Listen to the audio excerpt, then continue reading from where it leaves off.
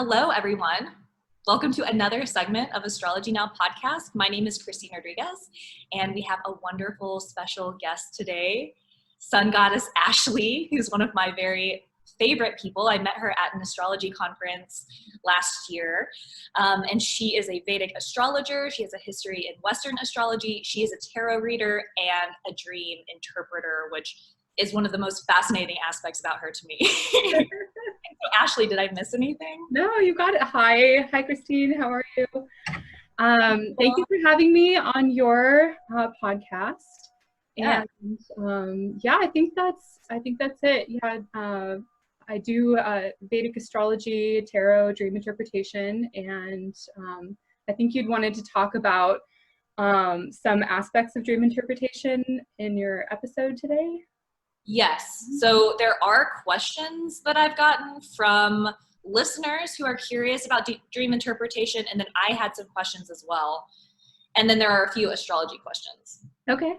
And can I start off with actually an astrology question that I'm just yeah. So you have a pretty extensive background in Western astrology. Correct. And I'm just curious, like you also, every single time I have a conversation with you, you say something super insightful and illuminating about Vedic astrology, which just like shows your, like seriously, like I'm always so impressed with the insights that you have. And so it's like you've shown just like so much insight and experience in both. And I'm just curious as to what made you switch from Western to Vedic. Well, thank you for that. And I am a student just like yourself. We're both, just learning astrology. It's a lifelong subject. So we have to stay humble, right? I guess I started off with Western astrology just as an interest to almost like learn about psychology and how the mind works and just about people and personalities. And then I got more and more into that. And I'm actually a certified Western tropical astrologer through ESAR. And I did teach some classes and workshops in the LA area for a while in Western groups. And I feel like what made me switch was the conference that I went to in 2015 in Sedona. Okay. And I thought it was like, I didn't know much about Vedic astrology, but I knew that it was way different. And because it was this whole other system, I was like, I'm going to put that off. I'm not going to, overlap studies. I'm going to study what I want to in Western astrology and then kind of look into Vedic later. Mm-hmm. And when I was ready, like at this one point, I was just like, okay, I'm ready to see what this is about. So I went, and it was like kind of blew my mind, and it actually put a lot of the pieces that I felt like were missing together. Yeah. And so it just felt like so real and just so authentic. And yeah, I never really looked back from there. So yeah, I've just been studying. It makes a lot more sense too. And especially one of the things that is super popular is using the outer planets. Yes. Uranus, Neptune, and Pluto in Vedic astrology. And I know that a lot of in Western astrology, and I know that a lot of Vedic astrologers use the outer planets. It's not like the traditional way of doing things, but it does kind of make sense if you're doing mundane astrology and you're looking at, events, and maybe not as much for personality analysis in someone's chart. Yeah. So that's just kind of my 2 cents about the outer planets, and it's one of the major distinctions between the two systems. So yeah, I feel like we have sort of a similar kind of path into the Vedic astrology. You start off with just wanting to know people's personalities. It's kind of like a gateway drug. It's like the soft drug. And then you get into the hard stuff and you just kind of get into this other dimension.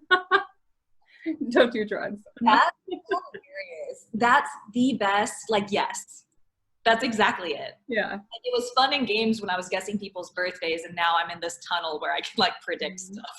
Yeah. Yeah. I think that people who have natural intuitive abilities tend to be drawn to the esoteric arts, spirituality, and higher learning anyway. Yeah. Yeah. Awesome. I love that. So And now, you know, kind of segueing into the dream interpretation, Right. because yeah, because I'm curious, like using my experience, I didn't really feel like I could progress in something because I didn't really have a teacher. So I'm wondering, when you got into dream interpretation, did you take classes? Did you have a teacher? Like, how did you navigate this science? I mean, No, I didn't really have any formal instruction. It started off with, I did my senior thesis on Carl Jung's archetypes, and then kind of got into relating it to the tarot. And I think tarot kind of opened me up to that. And I don't know where this came from, but it just sort of happened. It kind of sprung up, and I'm like, oh, I'm good at this. I'm good at kind of dissecting the meaning. And really, we use this practice in Jyotish with Nimitta, right? So noticing the signs and omens of things. And anybody who can interpret their environment and what is going on around them for meaning can probably most likely do, you know, dream interpretation. Tarot, I think, is very similar in that it's like you're like kind of decoding symbols, and it really takes a good listener to be able to do dream interpretation. So that I feel like since we're kind of talking about dream interpretation in astrology, you would have to really look at like the 12th house. The 12th house is the house of dreams and other worlds. It's the house of death and where we go when we sleep. And it has such an effect on our consciousness and our psyche and our mind. We look at the 12th house Lord, planets in the 12th house that may be indicators of someone's capability of doing dream interpretation. wow. Also the qualities of dreams that someone might have. We look at transits to the 12th house, aspects, any planets that aspect the 12th house, or aspecting the Lord of the 12th. And I think also, well, I was going to say something about Neptune, but I don't know. Neptune is kind of this ethereal, kind of dreamlike planet if you do use the outer planets. I personally don't. I think that the 12th house is enough. And then also the significator of the moon. So the moon is the karaka for your mind, your mindset, the inner workings of your consciousness, inner workings of your soul, basically. And it is a very watery planet. Dreams is very nebulous. It's very watery. It's that Jala Tattva of Venus. And so I think that these aspects are what really indicate dreams, dream interpretation, abilities, the quality of dreams, all of that. You know what's amazing is that one of the questions one of the listeners had was how to see dreams in a Vedic astrology chart. And so you just answered that question. But what I had asked was okay, cool. if you had a teacher to like guide you or something like that. But like, I love how it just transformed into this beautiful answer for one of the questions I was going to ask you anyway. So that was like, wow. And so, but I want to follow up. So the 12th house is the house of dreams and sleep and subconscious. It's also like our creativity, as you were saying. And so I'm interested, like, if you were to see a chart and you're like, oh my gosh, like clearly this person has like prophetic dreams, like, are there key indicators that you would look for in a chart? I think a well-placed moon, or again 12th house Lord, if it's in dignity or if it's with other benefics, maybe an indicator of that. To look at the dream itself, I've never actually done this, but it just came to me, doing like a chart, like a muhurta chart, or like a timing chart for the actual time that you woke up from the dream. If it was in the middle of the night, you can maybe record the time. and then run the chart in the morning and see what was going on through transits. Wow. I'm also hearing doing a Chandra Lagna chart, and you can look from the moon to see the, the qualities of this in a person. I think maybe that's what I would associate with that. Okay. Wow. Thank you so much. And so that was one of the questions, was, can dreaming be found anywhere in the birth chart? We might have Varga charts. I don't know if it's one of the Varga charts, one of the divisional charts, if it's with dreams. I'm not sure. I haven't done enough research on that, but that would make sense. Okay. Also, maybe the D12 chart, I'm just guessing, I actually don't know. Okay. But the 12th division, if you're looking at the 12th house, maybe the D12 would indicate dreams. Okay. Awesome. Another part of that question was, the person asked indicators of manifestation. And so I'm not necessarily sure if that was just kind of like a totally separate question, or if it was kind of like, maybe if we dream something and then it manifests in reality. But even when I say that, does anything come up for you? Like prophetic dreams? Like if you dream something and then it manifests in reality? Yeah, I guess, yes. That's what I'm interpreting this to mean, this question, which I guess I kind of asked you earlier.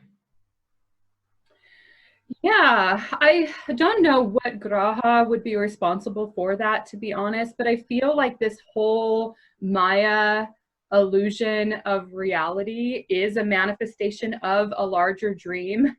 Yeah. So if you really want to get kind of esoteric about this, we are all just dreaming. This is a dream. Even talking to you right now, even listening to the podcast, it's all a dream. Yeah. Right? And I feel like the whole chart is a manifestation of this dream. So you would have to look at what's being manifested with the different planets, right? So but oftentimes when I think of manifestation and things growing and things happening in the incarnation element, I would think Rahu, right? Rahu is the thing that brings us into existence. It propels us forward. It's the way that the soul is going for lessons, and it brings us deeper and deeper into Maya. Again, the manifestation planets would be any of the Panchatattva, any of the 5 grahas. You've got Mercury, Venus, Mars, Jupiter, and Saturn. They all play a special role in this experience of the 5 senses. Okay, that 5 senses is the Panchatattva. It just depends on what reality you're looking at. For creativity, you want to look at Venus. For understanding and intellect and comprehension of words and symbols, you want to look at Mercury. For movement and motion, you want to look at Jupiter, because it's space, right? So it's taking up space, it's growing, it's moving through time. And the energy, that life force that moves us forward, is Mars. So they all have a different element of everything is a manifestation. Yeah. Wow. I love that. Okay. Yeah. Yeah. And like, for me, like, I'm so glad to hear that, because it's just something that I wouldn't have thought of really. The first thing that I was thinking was like, seeing if somebody has a lot of creativity, and maybe the likelihood to fantasize versus their ambition and will to do it in the outer world. Do you see what I'm saying? And so that is more of like a, it's not necessarily manifestation in the sense of in prophecy, but more of like, does this person have the will and the ambition to fulfill their dreams? So it's kind of like my answer was kind of to a different question. I feel like you would have to have a combination of, either exaltation, debilitation, or benefics and malefics aspecting your moon or your ascendant, or you'd have to have a combination, because if you have too many easy combinations in your chart, you'll become complacent and lazy and you won't have that ambition, and maybe things come to you but you might not appreciate it or work for it. And then you also have that sort of glorious underdog, kind of takes the crown theme that everybody loves. It's hearing that all of that like grit and determination can be seen from a lot of hard aspects and debilitated planets in your chart where you're working on that more, and it gives you you have the ability to put in extra effort, and it is your karma, you know, to do that. So I think it just, it depends. And I think that what you were talking about as far as having the ability to be creative, I would say definitely, of course, you look at Venus, but also, do you have a lot of water in your chart?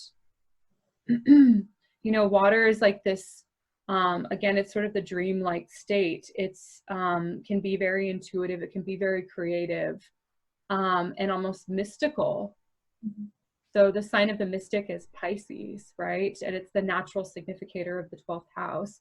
And it's where Mercury is debilitated. It's where Venus is exalted. It's what Jupiter rules. So you have benefics and a neutral planet that are associated with this natural ruler of the 12th house, right? So that would indicate, I guess, creative abilities and the ability to manifest your creations into reality would be maybe those 3 planets that are associated with that house, that sign. Wow. Awesome. You agree? I do. I mean, definitely the indicators for creativity in terms of Mercury and Venus, but then also having a strong Mars is going to give people the ambition, or having many planets in a fire sign is going to give people that ambition and motivation to get up and get things going. So actually, one of the questions someone has is, what does it mean when there are retrograde planets in a birth chart? I thought that was a great question. I mean, yeah. So first and foremost, what is a retrograde, right? As we are experiencing it now, we had technical difficulties even like starting this meeting, but if we just kind of got it after like the 3rd or 4th time, right? So it's when a planet is Vakri, or it's twisted, right? So when a planet is Vakri, it doesn't behave according to its natural abilities, right? It has some sort of odd or unusual way of expressing its natural form. So we're in the middle of Mercury retrograde, or we've just started Mercury retrograde, which is a great time to do a podcast. But I think it's important. I think that's what Mercury was asking of us. Really wanted to get us to talk about things that you know, we've been studying or learning, right? Mercury is this planet of curiosity as well, and it likes to explore different ideas. And there is this quality of Mercury retrograde is sort of going back to things that we've done before, like covering over old territory, or talking with old friends, or kind of rehashing things, rediscussing things. But it has the ability to kind of bring a lot of intensity with it too. So it can be either too much or not enough. And that's with every planet in the birth chart, where it's seen as like kind of underachiever or an overachiever type planet. So people that have Mercury retrograde may, like in their chart, may feel misunderstood, or like their ideas aren't, you know, necessarily getting across to people,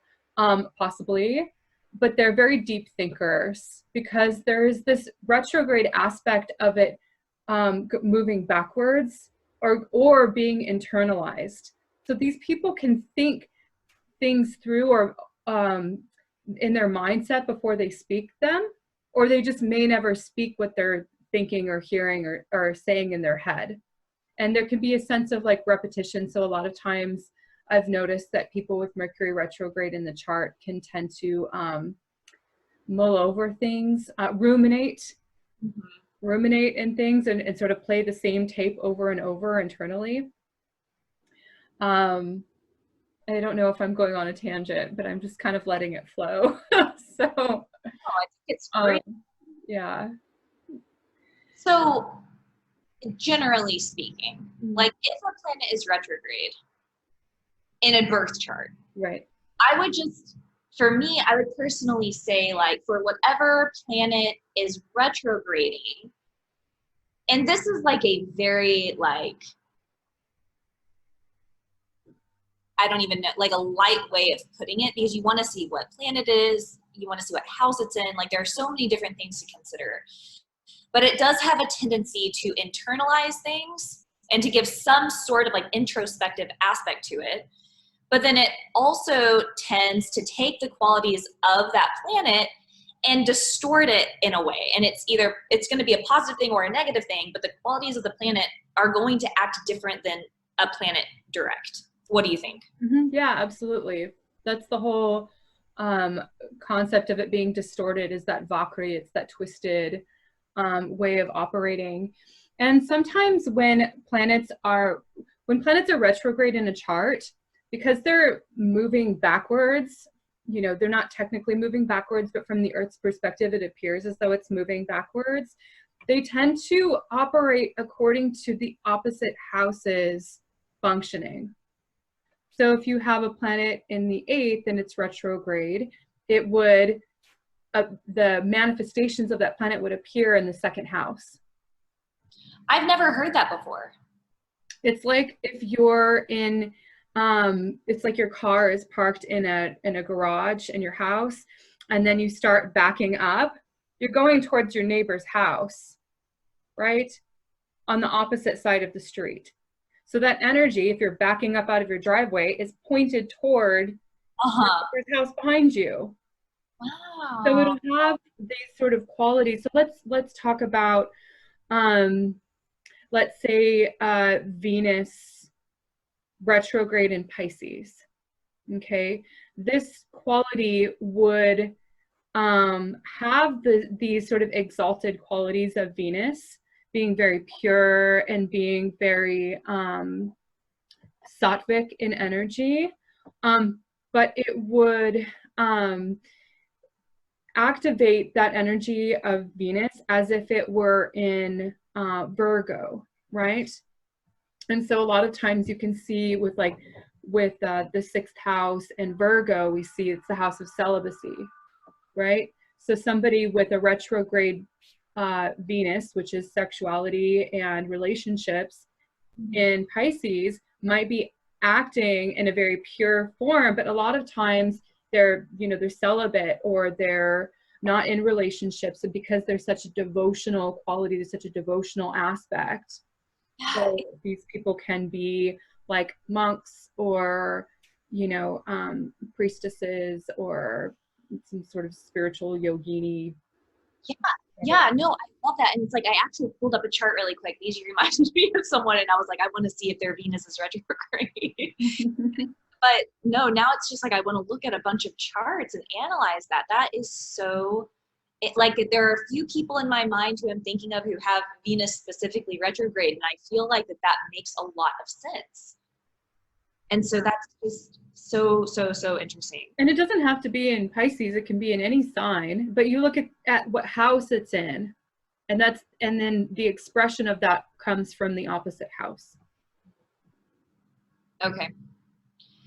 And so, yeah. All right. So we covered that question in terms of what it's like to have retrograde planet in a chart and what that might look like. And so retrograding back to dream interpretation. Oh yeah. Oh, I like to see what you did there. So a lot of it is self-study and utilizing your intuition from astrology and tarot that you've developed throughout the years to kind of self-teach dream interpretation, or did you take a class or read books? No, I must have done it in a past life. I don't know. It just sort of came to me and it felt so natural, and I didn't train for it. It just happened. So see, that blows my mind. Okay. Oh, really, because I I've gotten multiple dream interpretations from you. Yes.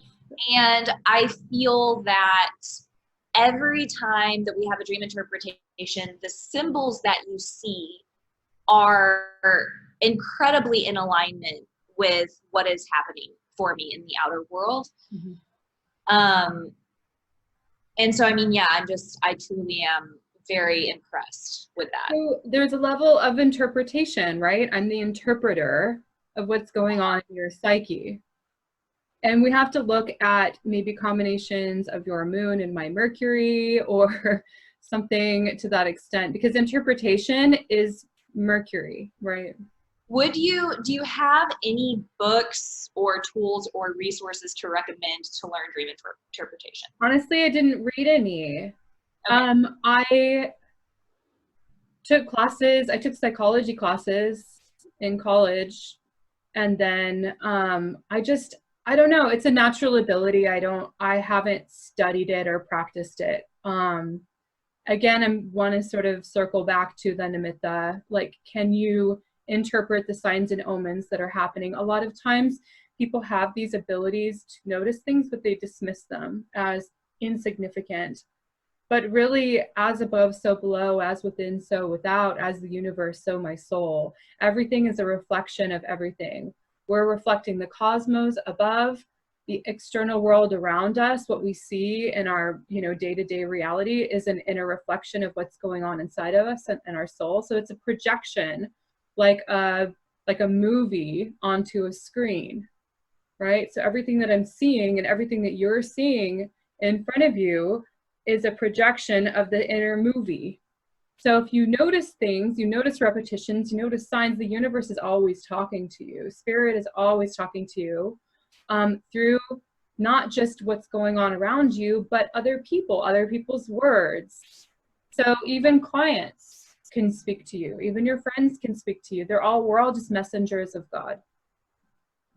So I think it's just practice to be able to notice the signs around you would help you if you wanted to do dream interpretation yourself. Also, what I did, I would say there is no book really on dream interpretations. Yes, you can Google symbols and what they mean. There's an infinite number of definitions out there of animal totems, of symbols, of what this or that may mean. But here's the thing, like, no book is going to be as comprehensive as the one you carry around in your mind. The one you carry around, this is the book. Okay? So if you want to practice, studying your dreams, for example, and being more connected to yourself, that can help you understand how to interpret other people's dreams. And the best way to do this is just keep a dream journal, right? Okay. So again, you have that Mercury aspect of journaling, right? Writing words down, what you could describe, the images and pictures that you see when you're sleeping. And then you have the 12th house, sleep here. So you've got sort of those combinations coming back into play. So dream journaling, I think, is the best thing. And it's interesting because you can actually go back, and see, because we forget our dreams, right? So if you go back and you can read them from weeks ago, months ago, you can actually see things come true. And you're like, whoa, I didn't know that I had prophetic dreams because I forgot that I had that dream. And here it is appearing in my reality so much later. That's So, the best book is your dream journal. yeah. And so, what would you say though, like if someone is having nightmares and they're like horrible and you can't even like imagine that you were capable of thinking such a thing? Like, what do you generally think about that type of stuff? There's two things that I would say with nightmares. A lot of times children have nightmares, but are you talking about adults? Yeah. Okay. So there's a few things. Nightmares come up as like fears, right? If we're having some sort of anxiety in our life or we feel pressured or burdened in some way, or feel this sense of dread about some sort of impending deadline or goal that we feel like we're afraid to reach, sometimes nightmares can come up. as just a way of acting out, our inner feelings about what we're kind of being faced with or what we're currently going through. Another, I think maybe category would be if you've had unresolved traumas. Mm-hmm. So I've noticed this too. People have nightmares, or just, I guess, nightmare, the definition of that would be anything that you wake up feeling not good about. So it doesn't have to be graphic or violent for it to be a nightmare. It can just be something that spooks you or shakes you and you're like, it doesn't sit right with you in the morning. So it can be just something that's creepy. It doesn't have to be, super vulgar or extreme. But that can be a lot of times that are unresolved traumas. Another thing is just energy clearing. So a way to prevent nightmares would be to make sure to keep your energy clean. And that's just a whole nother can of worms on, like, it's a whole nother topic to get into. But sometimes we have soul ties with people from our past that are representative of a message in our dreams. So if you've been stalked before by certain energies, maybe it comes from a past relationship, whether it's romantic or not, doesn't matter. It could be familial relationship, like one of your family members or just a old friend, or something that happened, in your childhood. Another thing is just dark entities. And I hate to say that because I don't like fear mongering, but that's a part of keeping your energy clean, because there is good and there is bad and there is light and there is dark. Everything is sort of this yin yang of our, reality as humans. So there are dark forces out there. There are dark entities. I don't mess with them. I doubt you do, or anyone who's really listening to maybe this podcast does. There's no judgment in that, but I find that the darker entities aren't as helpful as the light. So if you, and I've experienced this quite a bit as a reader too, where people have like attachments or things they're carrying, other people's energies, like I can pick up on that stuff. And so it's very important for me as a reader, anyone doing psychic work, even astrologers, you're looking into someone's soul when you look at their chart. That's a huge, huge responsibility and honor to be able to do that. But people are people, and they have these, they have good, bad, and indifferent experiences. So you can pick up other people's energies, basically. So just clean your energy, do cord cutting, take salt baths, pray, do mantras, do whatever you can to keep your energy clean, and it will cut down on the likelihood of nightmares. Also, my grandmother used to say this, like, garbage in, garbage out. What kind of information are you taking in? Are you listening to vulgar music? Are you watching violent, dark things, especially right before bed? It's like you're programming your inner self to then process that in your sleep, and your eyes, whatever it takes in, can't differentiate between reality and fantasy. Children can't, right? That's why they get nightmares, I think, more often, because they're still differentiating as what's reality versus what's imagination, because children are very imaginative, right? That's why you don't bring young children to like rated R movies, right? So whatever stimulus you're taking in is what you have to process during the night. And sometimes we don't just process the day's information, we process years back or days back or however long ago that we didn't have time to process back then. It's coming back up. Everything is cyclical, and that's why it's also important to get enough sleep, because if you don't get enough sleep, you're not allowing yourself to process enough of the day's events, and it's almost like rebooting your computer and then, or installing updates and then stopping halfway. Like there's still more processing to be done before you can that computer can function, right? So yeah. Awesome. Yeah. I love what you said though about like garbage in, garbage out. And that's something that I actually talk about on the podcast pretty often. Really? Yeah, yes, not verbatim. Your grandmother says it much more eloquently than I do. She says it very succinctly. Yes. Mm-hmm. What I usually talk about is what we choose to surround ourselves with and fuel ourselves with. And that can be food, or it can be sound, it can be sight. It's like consumption isn't just with the mouth, it's with all of our senses. Beautiful. And so if we're consuming crap, like you were talking about, like we're going to feel like crap. And so we may be eating healthy food and we're like, man, but why do I still have anxiety? Why do I still feel fear? Why do I feel depressed? And it's like, well, you know, let's evaluate what else you're fueling your body with. Yeah. Yeah, absolutely. Yeah. Health is not just like physical health, it's psychological health, it's emotional health. There's so many layers to it. And also spiritual health, right? Spiritual cleansing is really important. Totally. So I have just thought of like this theory about why people listen to or consume garbage. When you're not feeling great, and you talk to a friend, you want that friend to not change your frequency. Like if you're feeling down and depressed, you don't want like a bunch of cheer thrown at you, because that's not how you're feeling, right? And you don't necessarily feel understood by that. If something is reflected back to you, it's like, yes, I totally understand where you're coming from. I totally get that. You feel heard, you feel understood. And that itself is cathartic, right? Because you're not meeting with resistance. You're actually, it has like a nice outlet, and it feels like it's like this can help, this reflection can help me process. So same with music.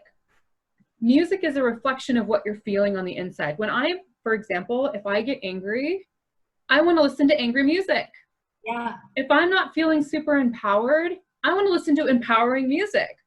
Yeah. And I think a lot of people walk around feeling disempowered. They feel like there's such a lack mindset of lack of money, lack of sex, lack of love, lack of self-respect. And so they feel that resonance comes out in the music they choose because it reflects that by overcompensating, right? And we're all guilty of it. I mean, we're all playing into it. It's not a judgment. It's just an explanation as to why, right? It's not that people have to, listen to mantras 24/7. But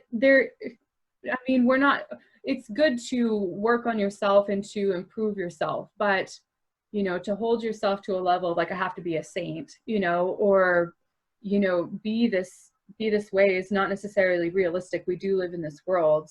But I just think that that's why people consume garbage, is because it's a way of mirroring, and it makes them feel justified. It makes them feel like they're not wrong. And it is in some backwards way, a way of healing, when they can meet that frequency, when they can meet that resonance, that they're not crazy, that they're not alone. Right.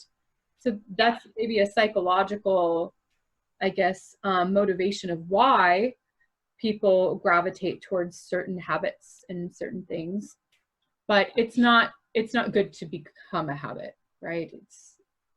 Yes. Right. Or identify with the habit. So it's like the self-awareness around it. Yeah. But, and just for the listeners though, because it's like, I understand where you're coming from, and I know that you understand where I'm coming from, but it's like when we're referring to it as garbage, like it is somebody's self-expression, right? It is somebody's artistic self-expression to express those emotions that we were talking about that so many of us resonate with, like anger or sadness. And so it's not like inherently wrong. It's just we don't want to stay in that space. Correct. We don't want to live every day in anger or in sadness, right, or in just like negative rhetoric. Mm-hmm. And so if we have that self-awareness where it's like, okay, like I actively know that I'm listening to Logic right now, and I'm not going to identify with his lyrics per se, but I'm going to appreciate his art, maybe motivate me on the treadmill. It's just like a different way of approaching. Yeah, I feel like the definition of garbage would be anything that you would do repeatedly over and over and over that would create dis-ease over time.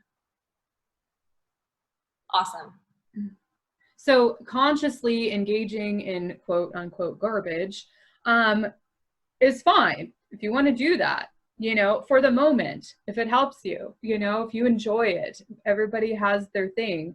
But if it becomes like a habitual thing, it will create dis-ease over time. Then you know that it's not elevating you, right? Right. And it's very difficult for me to believe that somebody can listen to angry music constantly and not experience any type of emotional flux. Like, that's very difficult for me to believe, because there is music that, I appreciate that's more angry or more whatever, but if I only listen to that, I will feel disease for sure. Yeah. Yeah. And Totally. there's a time and place for all of it. Exactly. Yes. Everything is appropriate in an appropriate context, because otherwise it wouldn't exist. But when you use it inappropriately, for example, all the time, you know, it becomes unhealthy. Anyway. Yeah. Do you have any tips for remembering dreams? Writing them down. Yeah. That's it. What about, like, if people can't remember when they wake up? I would say no stimulants, you know, no marijuana, no alcohol, no caffeine before bed or any other sort of stimulant, getting 8 hours of sleep at least. Again, doing certain things that would facilitate the quality of sleep. So any sort of nighttime activities that would be conducive to good rest, say taking a nice warm bath, not being on your devices at least, you know, 60 minutes before bed, like getting off your devices, just sort of powering down. In general, lavender is really good for sleep.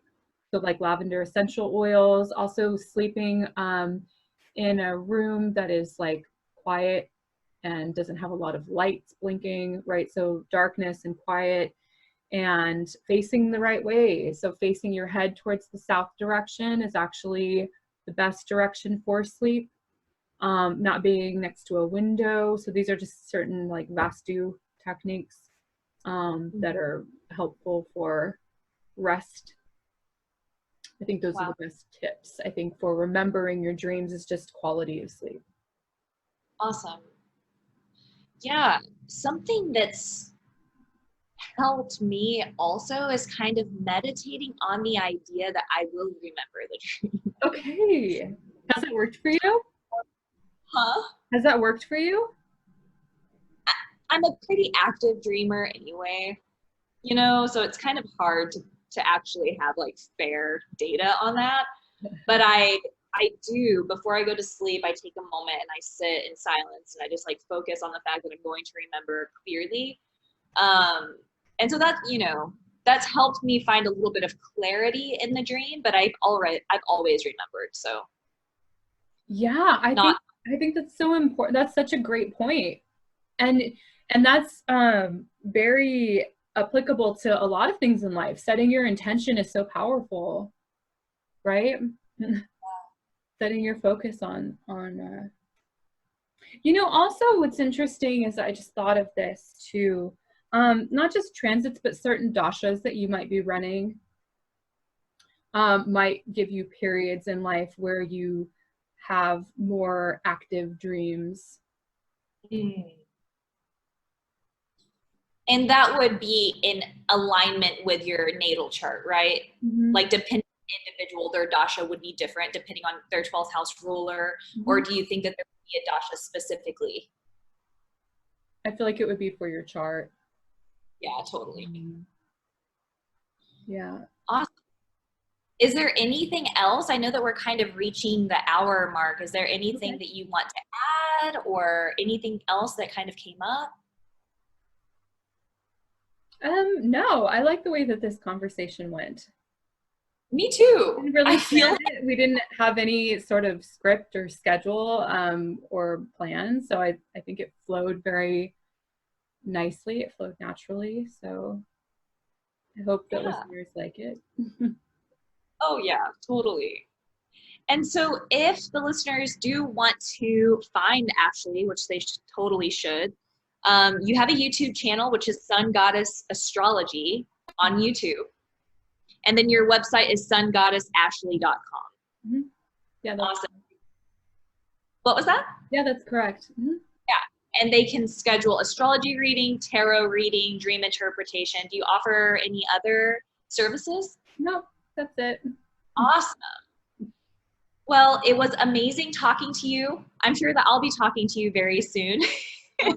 This is great. Thank you so much, Christine. I really appreciate you having me on. This is fun. All right. Well, I will talk to you soon. Okay. Okay. Take care.